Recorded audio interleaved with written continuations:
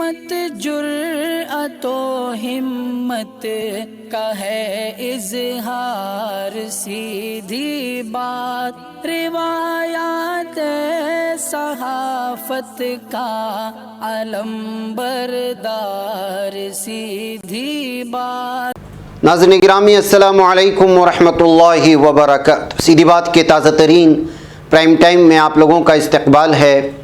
नाज़रीन गिरामी, मैं अंसार अज़ीज़ नदवी इस वक्त आप लोगों के सामने कुछ अहम तरीन ख़बरें, कुछ वायरल वीडियोस और कुछ तनकीदी तजज़िये लेकर के हाज़िर हुआ।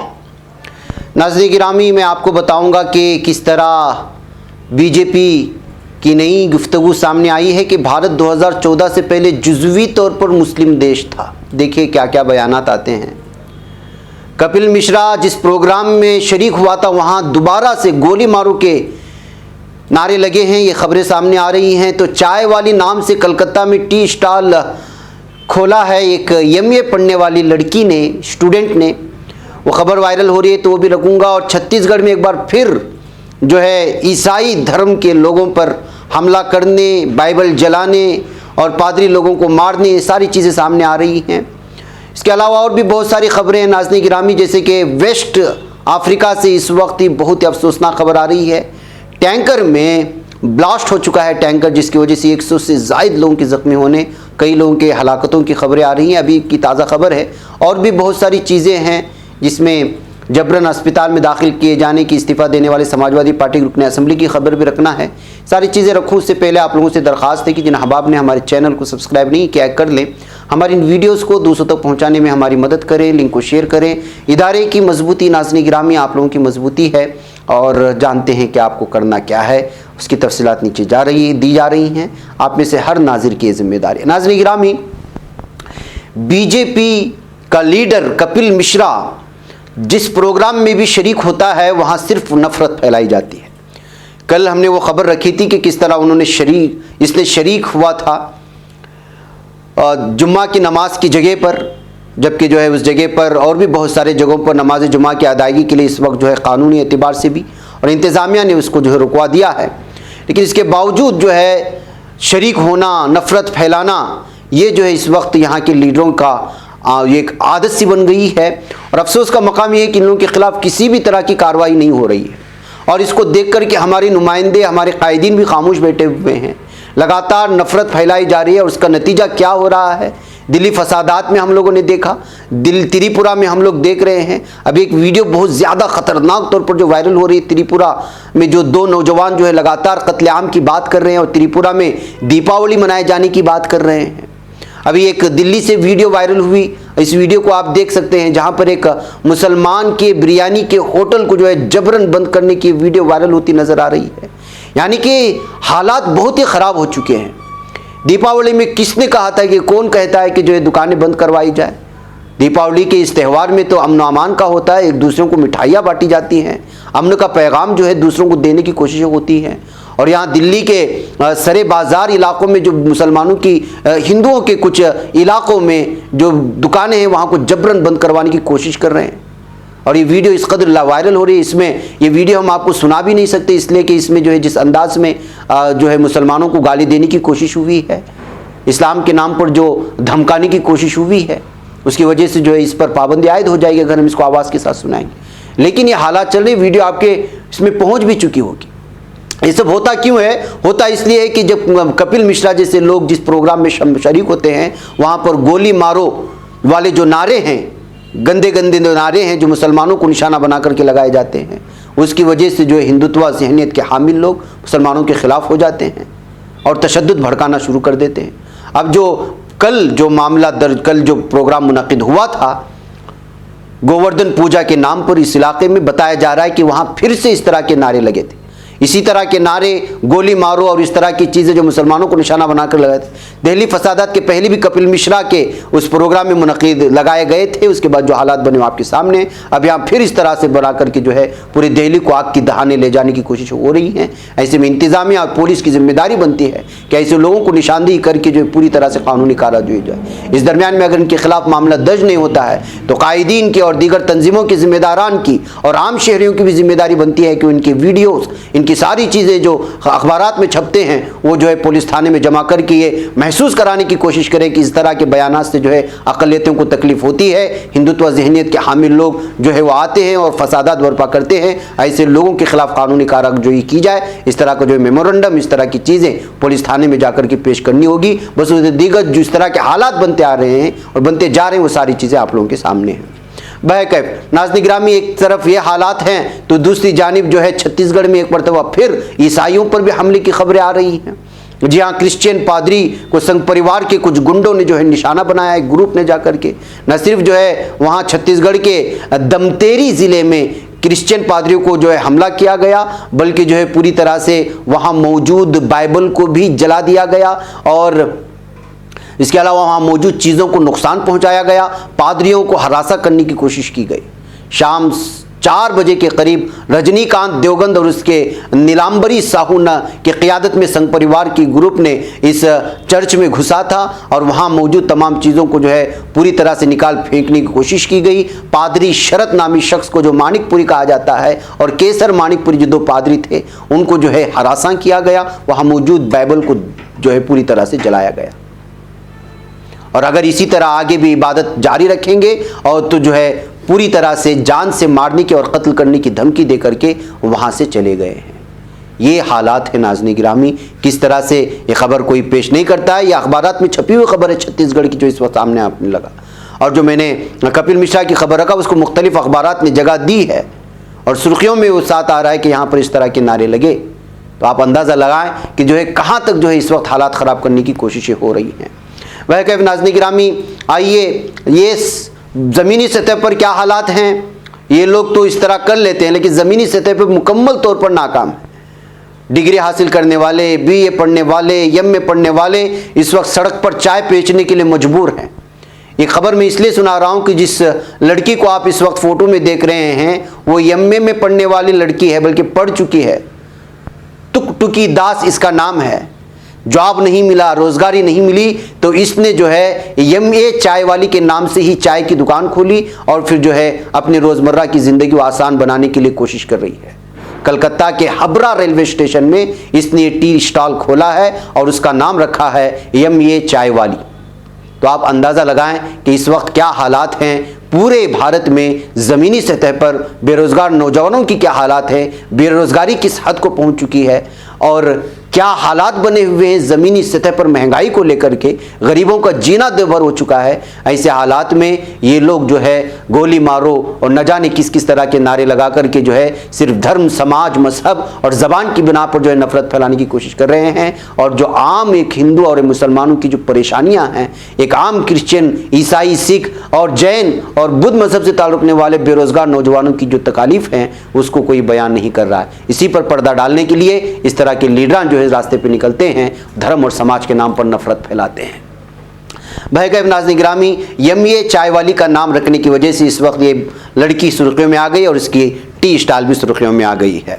नाज़रीन गिरामी, आइए मैं आपको ले चलूँ एक और ख़बर की जानिब। बहुत ही अफसोसनाक खबर इस वक्त वेस्ट अफ्रीका से आ रही है और वेस्ट अफ्रीका से आने वाली खबर आपको दिल दहला देने वाली है कि जो है सिएरा लियोन कहा जाता है ये इलाका, जो फ्री टाउन के नाम के अंडर में आता है। वहाँ पर जो है टैंकर में अचानक धमाका हो गया जिसकी वजह से 100 से ज़ायद लोगों के, बाज़ रिपोर्ट के मुताबिक जो आ रही हैं, हलाक होने की खबरें हैं, तो बाज़ रिपोर्टों के मुताबिक 100 से ज़ायद लोगों के ज़ख्मी होने की खबरें आ रही हैं और लोगों की बिखरी हुई लाशों की तस्वीरें इस वक्त जो है वेस्ट अफ्रीका के मुख्तलिफ अखबारात में और वहाँ के सोशल मीडिया में इस वक्त फैली हुई हैं। ये बहुत ही अफसोसनाक और जो है हंगामी न्यूज़ इस वक्त पहुँच रही है। ब्रेकिंग के तौर पर बताया जा रहा है कि जो है इसमें ईंधन जो है वो रिस रहा था, इसी दरमियान में ये धमाका हुआ। आसपास मौजूद लोगों को भी नुकसान पहुंचा, यहाँ तक कि कई जो है शहर और घर इसके धमाके के आसपास में आ गए हैं। अभी तक बताया जा रहा है बाज़ रिपोर्टों के मुताबिक 92 लाशें निकालने में कामयाब हुए हैं। अभी कितने लोग इसमें मज़ीद ज़ख्मी हुए हैं, अभी तक लाशों को निकालने और निशानदेही करने का सिलसिला जारी है। आग की लपेट अपडेट हर तरफ देखी जा रही है। तो इस वजह से जो है अभी सही खबर महलूकीन की हो या ज़ख्मियों के सामने नहीं है, लेकिन ये खबरें और ये तस्वीर देखने के बाद आप अंदाज़ा लगा सकते हैं कि कितना बड़ा धमाका हुआ है वेस्ट अफ्रीका के फ्रीटाउन ज़िले के अंदर आने वाले सिएरा लियोन नामी गांव में या शहर में। बहरकैफ नाज़रीन गिरामी, इस्तीफ़ा देने वाले समाजवादी पार्टी के एक रुकन असम्बली को पुलिस ने क्या वाकई में अस्पताल में जबरन दाखिल कराया है। एक रिपोर्ट, एक तस्वीर वायरल हो रही है। उत्तर प्रदेश वाक़े अमेठी के गौरीगंज से समाजवादी पार्टी रुकन असम्बली प्रताप सिंह अपने हल्के की 2 सड़कें ना बनने से नाराज़ हैं। उन्होंने अपने असम्बली रुकने से इस्तीफ़ा दे दिया। इसी इश्यू को लेकर कि वो GPO पर धरना दे रहे हैं। इनको जुमा की शब डॉक्टर श्यामा प्रसाद मुखर्जी अस्पताल में दाखिल कराया गया। भूख हड़ताल कर रहे समाजवादी पार्टी रुकन असम्बली राकेश प्रताप सिंह को रात में पुलिस ने उठाया, उन्हें सिविल अस्पताल में दाखिल करा दिया। उन्हें जबरन ड्रिप भी लगाई गई है। बहरकैफ नाज़रीन गिरामी, ये पहला ऐसा नेता देखा गया है कि जहां पर जो है रास्ते बराबर ना होने की वजह से लोगों के लिए जो है उन्होंने भूख हड़ताल की हो। उन्होंने ट्विटर पर लिखा है, जिनका नाम प्रताप सिंह बताया जा रहा है, कि उत्तर प्रदेश हुकूमत की तानाशाही, कल रात तकरीबन 12 बजे मुझे इंतजामिया और पुलिस के जरिए झूठी रिपोर्ट पर जबरन सिविल अस्पताल में दाखिल कर दिया गया। सिविल अस्पताल का इंतजाम बेहद ख़राब है। इस अस्पताल में बुनियादी सहूलियात भी मौजूद नहीं है। क्या उत्तर प्रदेश की हुकूमत से एक रुकन असम्बली अपने इलाके की सड़क के लिए मुतालबा भी नहीं कर सकता? ये तानाशाही हुकूमत आवाम की आवाज़ दबाना चाहती है, लेकिन हम ये होने नहीं देंगे। हमारी लड़ाई आखिरी सांस तक जारी रहेगी। ये कहते हुए जो है समाजवादी पार्टी से ताल्लुक़ रखने वाले इस रुकन असम्बली ने जो है इस वक्त हंगामा मचाया है और यहाँ की BJP और योगी हुकूमत के खिलाफ मोर्चा संभाल लिया है। बहरकैफ नाज़रीन गिरामी, अमरीकी यहूद का दौरे सऊदी अरब बात करेंगे। जी हाँ, अमेरिका में इसराइल की हिमायत करने वाली लॉबी के रहनुमाओं के एक वफ्द ने सऊदी अरब का दौरा किया है और ये खबर इस वक्त जो है बहुत ज़्यादा तनकीद के जद में आ रही है। जाहिर सी बात है कि इस बात का दावा जो किया गया है वो इसराइली अखबार येदिऊत अहरनवूत से है। उसने अपनी रिपोर्ट में इंकिशाफ किया कि फ़िलिस्तीन में इसराइली मज़ालिम की हिमायत के लिए सरगर्म सहयूनी रहनुमाओं ने शाही ख़ानदान के अफराद और उज़रा से मुलाकात की हैं। रिपोर्ट के मुताबिक वफ़द के अरकान में से एक यहूदी ताजिर फुल रोज़न भी शामिल है, जो इससे कबल अमेरिका में इसराइल की साबिक हुक्मरान जमात लिक्विड फ्रेंड्स एसोसिएशन का सरबराह रह चुका है और साबिक वज़ीर आज़म नेतन्याहू का करीबी दोस्त समझा जाता है। रोज़न ने अपने बयान में दावा किया है कि सऊदी अरब अपने लोगों को इसराइल के साथ ताल्लुकात मामूल पर लाने के लिए तैयार कर रहा है। उसने कहा कि मुझे हैरत नहीं होगी कि अगर चंद माह या साल के दौरान सऊदी अरब और इसराइल के दरमियान दोस्ताना ताल्लुकात को मामूल पर आते देखते हैं। मुत्तहिदा अरब इमारात, बहरीन और मराकश के साथ माहिदों का हवाला देते हुए इसने मजीद कहा कि सऊदी हुक्काम और शाही ख़ानदान की रजामंदी के बगैर कोई भी अरब मुल्क इसराइल के साथ माहिदे पर दस्तखत करने पर राज़ी नहीं होगा। उन्होंने कहा कि रियाज हुकूमत मुत्तहिदा अरब इमारात की तरह फ़िलिस्तीनियों के साथ अमन की शर्त नहीं रखेगी। नाज़रीन गिरामी, दूसरी जानिब न्यूयॉर्क में अक़वाम मुत्तहिदा के हेडक्वार्टर में गैर वाबस्ता तहरीक के राबिते का दफ्तर ने फ़िलिस्तीनी तंजीमों को इसराइल की तरफ से दहशतगर्द तंजीमों की फहरिस्त में शामिल करने के फैसले को मुस्तरद करते हुए फ़िलिस्तीनियों की इंसानी हुकूक के तहफ़्फ़ुज़ में उनके काम में रुकावट डालने की वाज़ेह कोशिश करार दिया है। बयान में जोर दिया गया है कि फ़िलिस्तीनी तंजीमों पर पाबंदियाँ हटाई जाएँ ताकि वो जबर के बगैर और आज़ादी के साथ अपनी जिम्मेदारियाँ निभा सकें। याद रहे कि इससे कबल इसराइली फ़िलिस्तीन में इंसानी हुकूक के लिए काम करने वाली 6 कंपनियों को दहशतगर्द करार देकर ब्लैक लिस्ट कर दिया था। एक तरफ मजलूम फ़िलिस्तीनियों को जो ताउन करते हैं उन तंजीमों को ब्लैकलिस्ट करने का सिलसिला जारी है और दूसरी जानिब जो है लगातार वहाँ की ज़मीन पर, फ़िलिस्तीनियों की ज़मीन पर गासिबाना हमला करना, नौजवानों पर हमला करना, बेकसूरों को गिरफ्तार करना, यहाँ तक कि बच्चे और बेवा औरतों पर हमले करने का सिलसिला लगातार जारी है। ऐसे में ये सऊदी अरब बेशरम यहाँ के हुक्मरान जो है वो अमरीकी यहूद से मुलाकात करके ये सारी चीज़ें बना रहे हैं। तो आप अंदाज़ा लगा सकते हैं कि ईमान की गिरावट की क्या हद को पहुँच चुके हैं सऊदी अरब के हुक्मरान। बहरकैफ नाज़रीन गिरामी, आइए अब बात करते हैं कि क्या वाकई में 2014 से पहले भारत मुस्लिम देश था जुज़वी तौर पर, लेकिन बीजेपी किस तरह लोगों को जो है बहकाती है और बेवकूफ़ बनाती हैं वो आप अंदाज़ा लगा सकते हैं। वज़ीर आज़म नरेंद्र मोदी जुमा को केदारनाथ के दौरे पर थे, जहाँ उन्होंने पूजा अर्चना के बाद जल अभिषेक किया। उन्होंने आदि शंकर आचार्य की मूर्ति की निकाब पुशाई भी की। अपने उत्तराखंड दौरे के खिताब में पीएम ने उत्तर प्रदेश के काशी मथुरा का भी जिक्र किया और कहा कि सदियों के बाद अब इन मकामात का फ़ख्र लौट रहा है। वज़ीर आज़म के दौरे पर ही बात करते हुए बीजेपी के तर्जुमान सिद्धांशु त्रिवेदी ने कहा कि भारत जुज़वी तौर से मुस्लिम मुल्क था। ये है बीजेपी के तर्जुमान। न्यूज़ 18 इंडिया के डिबेट शो आर पार में इन्होंने राहुल गांधी, ममता बनर्जी समेत कई अपोजिशन लीडरों को निशाना बनाया और कहा कि अगर आप पूछेंगे कि इस दुनिया में एक मुल्क बताएं जहां तमाम मजहब पाए जाते हैं तो वो सिर्फ और सिर्फ भारत है, क्योंकि भारत हिंदू अक्सरियत था, भारत में सब कुछ का मरकज़ हिंदू था। लेकिन अफसोस आज़ादी की ऐसी सियासत खेल गए कि शरीयत की तमाम शिकों को आइन का हिस्सा बना दिया गया। उन्होंने ये भी कहा कि मैं ये जिम्मेदारी से कह रहा हूँ कि 2014 से पहले भारत जुज़वी तौर पर मुस्लिम मुल्क था और अब तब्दीली की वो हवा ये है कि ममता बनर्जी चांदी पाठ करती हैं, प्रियंका गांधी देवी की तारीफ करती हैं, अरविंद केजरीवाल जी हनुमान चालीसा पढ़ते हैं, राहुल गांधी जी कुर्ते के ऊपर जिनियो पहनते हैं, अपना गोत्र बताते हैं, ममता बनर्जी अपना गोत्र बताती हैं। क्यों? क्योंकि वज़ीर-ए-आज़म जी केदार में दिख रहे हैं, दिवाली जगमग हो रही है। तो नाज़रीन गिरामी, ये हालात हैं हमारे डिबेट्स में, हमारे टीवी के डिबेट्स में कि 2014 से पहले भारत जुज़वी तौर पर मुस्लिम मुल्क था और बीजेपी आने के बाद जो है अभी हिंदू देश बन गया है। अब इस तरह मज़हक़-ख़ेज़ बयानात अब बीजेपी के तर्जुमान नहीं बोलेंगे तो और कौन बोल सकते हैं, आप बताइएगा, क्योंकि इनके पास तरक्यात पर बात करने को जो है कुछ है नहीं है। और दूसरी बात यह है कि जो है यहाँ के मीडिया को भी जो है तरक्यात पर और लोगों के मसाइल पर गुफ्तगू करने की शायद इजाज़त भी नहीं होगी। अगर उसकी इब्तिदा भी कर देंगे तो जाहिर सी बात है कि जो भी एंकर या जो भी एडिटर इस तरह की स्क्रिप्ट लिखेगा वो जो है जॉब से हाथ धो बैठेगा, इसलिए कि जो है तरक्यात पर और मसाइल पर गुफ्तगू करने की शायद हरगिज़ इजाज़त नहीं है।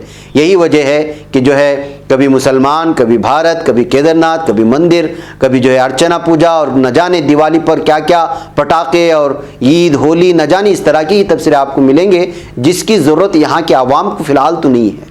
जिसको जो है 1 लीटर पेट्रोल डालने के लिए 8-8 दिन लग जाएं, 100 रुपये से ज़ायद अब जाकर के कम हुआ, उसको जो क्या फ़र्क पड़ता है कि आप जो है 2014 से पहले मुल्क मुसलमान था या हिंदू का था। लेकिन लोगों को बहकाने के लिए इस तरह के जो है उन्वानात चॉइस करके जो है इस वक्त जो है लोगों को बहकाने की कोशिशें हो रही हैं और पूरे मुनज़्ज़म तरीक़े से। इसलिए आम आवाम को इस तरह के डिबेट से और डिबेट में शरीक होने वाले लोगों से भी परहेज़ करनी चाहिए। अस्सलामु अलैकुम वरहमतुल्लाहि वबरकातुहू। बच पाता है कोई सहाफ़ी की निगाहों से, मिलाता है ये लोगों को मोहब्बत की पनाहों से। करम और दर्द मंदी का है एक संसार, सीधी बात अज़ीमत जुर्अतो हिम्मत का है इज़हार, सीधी बात अज़ीमत जुर्अतो हिम्मत का है इज़हार, सीधी बात। ये चैनल हक निगर बनकर कुचल देता है फितनों को।